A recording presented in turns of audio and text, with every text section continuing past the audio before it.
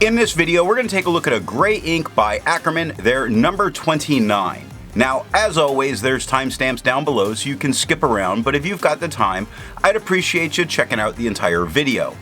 Also down in the description is a link to the gray ink playlist, so if you wanted to see more, you can find that there. I'm Adam, I'm an ink guy, and let's get into the first writing sample done on 90 GSM Clairfontaine. No bleeding, no ghosting.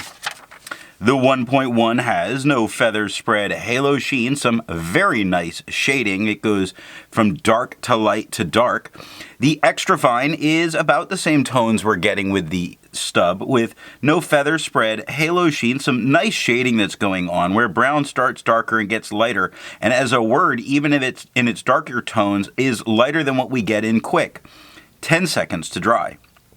Medium is lighter than the extra fine with no feather spread, halo sheen, some very nice shading, brown going darker to lighter, quick going dark to light to dark, 15 seconds to dry. Now the scrubby for both do show some color variation. It shows much better in the medium. I think it does show itself a little bit better in the medium writing. And the smear test, I don't know that you could recover it if you smeared while you were writing. To have a range of experience with this ink, all of the writing samples are done with a Jinhao 159 with a 1.1 stub, a Jinhao X450 with a medium, and a Jinhao X750 with an extra fine. Then a TWSBI Mini with a fine nib was inked up, used for a day, and used to take the notes for this video. The next writing sample is done on 52 GSM Tomoe River. No bleeding, no ghosting. The 1.1 has no feather spread, halo sheen. It does offer shading as the Akkerman goes from a mid-tone to dark to light. The extra fine is just a little bit lighter than the stub with no feather spread, halo sheen, spots of shading. Quick is certainly darker than the word lazy. Quick goes darker to lighter to darker. Brown starts dark and gets light, 17 seconds to dry. Medium is about the same tone as the extra fine with no feather spread, halo sheen, and some nice shading as Fox goes lighter to darker. Brown goes darker to lighter. Jumps goes lighter to darker, 22 seconds to dry. The scrubby for both do show some color variation. It shows a bit better in the medium. I think the extra fine actually looks a little bit nicer here. Now the smear test you could not recover if you smeared while you were writing. I agree with Vita. There's a lot to learn by doing multiple chromatographies. The one on the left is done the way it's supposed to be done. A line of ink is put down, it's immediately put in the water for 10 to 15 seconds. And this gray is fairly uniformly working its way all the way up and gathering at the top, which I've learned to be an interesting thing.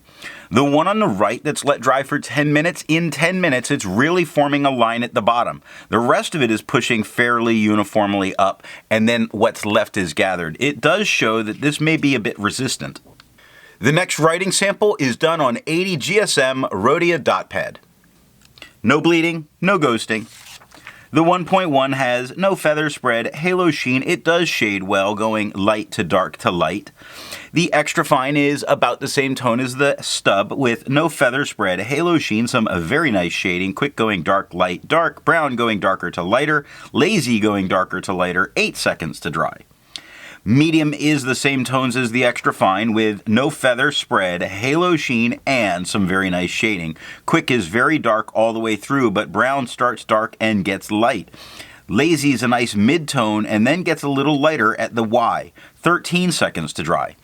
The scrubby for both do show some color variation, and we definitely get it in the writing, and the smear test you could probably recover if you smeared while you were writing. Resistance tests are done to see how this ink can be expected to perform on the page, and more importantly, how hard it may be to clean from your pen. The smear is allowed to dry for 3 days before testing it. Looking at the highlighter, I think you can feel safe using this in a note-taking situation. There's no real loss of information here. It does spread out just a little bit, but again, it's still easy to read. Now, water is moving only some of the darker tones, but a lot of this gray is very much bonded with the paper. Same thing with the pen flush, very bonded with the paper. It's really only moving the darkest tones. The 1/3 bleach solution is completely getting rid of it. Now, it only took water to get this out of my pen. The next writing sample is done on TWSBI notebook paper. No bleeding, no ghosting. The 1.1 has no feathers spread, a halo sheen, and it shades very nicely as it goes lighter to darker to lighter to darker. The extra fine is just a tad lighter than the stub with no feathers spread, halo sheen, very nice shading. Going dark, light, dark in quick. Over is a nice light word. The is very dark. Brown is darker to lighter. 9 seconds to dry. Medium is about the same tone as the stub. With no feather spread, halo sheen, it does shade. Quick goes dark to light to dark. Same with brown, dark to light to dark. Where over goes lighter to darker. And 14 seconds to dry. The scrubby for both do show some color variation. It shows a bit better in the extra fine. We do get it in the writing. And the smear test, I do not think you could recover if you smeared while you were writing. For the inks tested, the average viscosity was 2.5, and the realm of normal was 2.1 to 2.9. Akkerman's number 29 has a viscosity of 3.62, making this a very, very dry ink. If you're interested in how the viscosity test and all that's done, then down in the description is a link to that video. The next writing sample is done on moleskin paper. Now, we do get some spots that are bleeding a bit into the paper. These are not coming through the paper. Neither is this with the medium, where there's a whole bunch of it. Now, the medium means you couldn't use the back of the page, but the extra fine, I think you could comfortably use the back of the page and not really lose any information. Very good performance here. The medium has a ton of tiny feathering all over it. It has no spread, halo sheen, and no shade. The extra fine is a little bit lighter than the medium. It has tiny feathering all over it. Now, the thing with all of this feathering, it doesn't mean it's going to stop someone from using it on this paper, because it is a pocket-sized notebook. No spread, no halo, no sheen, no shade, 3 seconds to dry. Scrubby shows a tiny bit of color variation, but we're really not getting it in the writing. And the smear test, I do not think you could recover if you smeared while you were writing. For the inks tested, the average dry time was 17 seconds, and the realm of normal was 13 to 21 seconds. Akkerman's number 29 has an average dry time of 14 seconds, making it normal. The last writing sample is done on 20-pound copy paper. Most notably is what's going on right here with the medium. This did touch the page underneath a number of times, so you wouldn't be able to use that because you're ruining the next page. The extra fine bleeds very heavy into but not through the paper, but it does mean you can't use the back of the page just because of you'll lose both sides. The medium has a ton of feathering. It's really tiny feathering all over it. It spreads quite a bit. Has no halo sheen, no shade. I think that's gross. Write really big and you can probably get away with that. The extra fine has tiny feathering all over it. It's a slight bit lighter than the medium. Tiny feathering the whole way through, not the type of feathering to stop most people from using it. It does spread to about a medium fine, not quite a medium, a little bit more than a fine. No halo sheen, no shade, 1 second to dry. Scrubby shows some color variation, but we get none. And the smear test, you don't have to worry about it because it doesn't smear. Instead of finding inks that look like Akkerman's number 29, I'd prefer to find an ink that complements its color on the page.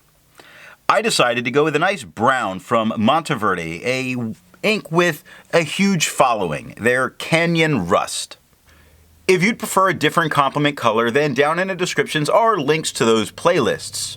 So what do I think of Akkerman's number 29? It's a decent gray, just not the tone that I prefer myself. It is very nice though. It does shade very well and can give tone variation depending on the pen. This particular gray looks better on toned paper like ivory or cream. So what nib and pen will give the best writing experience with this ink? I really didn't care for it from a very wet pen because it got very dark and it's not like it was black. It looked more like it was a faded black and I just didn't care for it. Now a medium to dry writing fine pen puts down a lighter tone with some appropriate shading and it gets it closer to looking like pencil, which is the way that I like my grays to look. I hope you got something out of this video, and in the next video, we're going to take a look at Noodler's Blue Upon the Plains of Abraham.